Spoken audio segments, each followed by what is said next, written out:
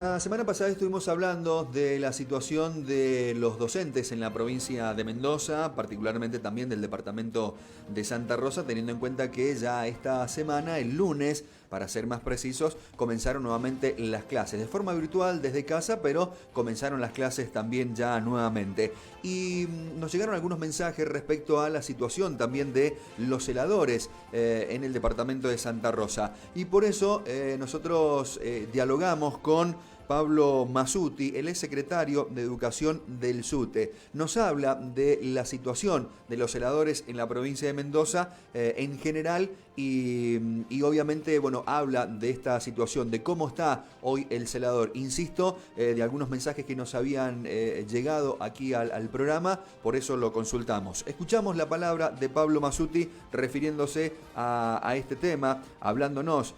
justamente de la situación de los celadores en la provincia de Mendoza. Pablo Masuti, secretario de Educación del SUTE, decía para Primera Página lo siguiente. Bueno, en el marco de toda una lucha que se está dando en el sector educativo, también en el sector de la salud, trabajadores y trabajadoras municipales, en este contexto de vulneración y de ajuste a la clase trabajadora, que por supuesto, lejos de dar respuesta desde el gobierno, la respuesta es la represión, las imputaciones y la persecución.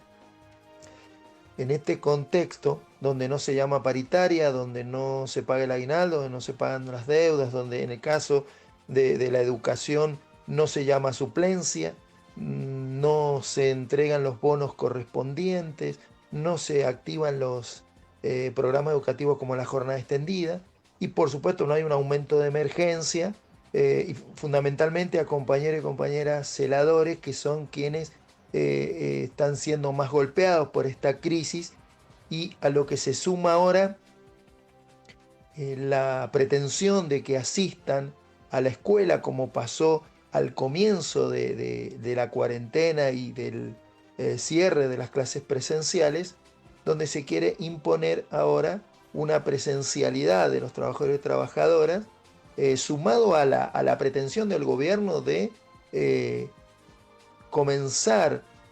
las clases presenciales, que por supuesto han sido totalmente rechazadas por las escuelas en las jornadas de la semana pasada. Digo, a este nivel de imposición, de vulneración de derechos, de autoritarismo del gobierno, de abandono, que ya viene con el ítem aula, que viene con el abandono del sostenimiento de la escuela pública, que viene con, y por supuesto también de la salud, más hoy en esta situación de pandemia, eh, donde se suma a la falta de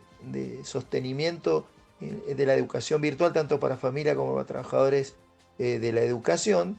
decíamos, con el agravante hoy repetimos, la imposición de querer que a costa de su salud, a costa de exponer a trabajadores y trabajadoras celadores en su traslado, en la estadía en la escuela, cuando no van a realizar ninguna tarea que se considere esencial, vulnerando inclusive en términos legales el decreto presidencial. Nosotros creemos que sí es ilegal esta imposición porque justamente vulnera los derechos y va en contra de la normativa y va en contra, por supuesto, de todo lo que tiene que ver con lo esencial que es el cuidado de la salud. Por eso nosotros seguimos insistiendo que ante cualquier situación de contagio o de situación que atente contra la salud de los compañeros y compañeras, el sindicato va a actuar, por supuesto, y accionar legalmente contra quienes tienen la responsabilidad de esta imposición a que trabajadores y trabajadoras celadoras asistan a la escuela. Por eso instamos a directivos y a los mismos compañeros y compañeras que justamente no se puede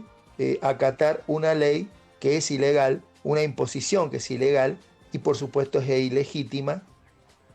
porque vulnera fundamentalmente la salud y los derechos de los trabajadores y trabajadoras celadores. Por eso, desde el sindicato vamos a seguir insistiendo en la defensa de sus derechos, en la defensa de sus derechos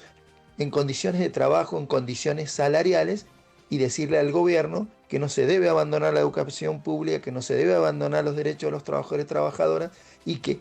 en este caso específico los compañeros y compañeras celadores no deben asistir, porque lo esencial es la salud de los trabajadores y trabajadoras.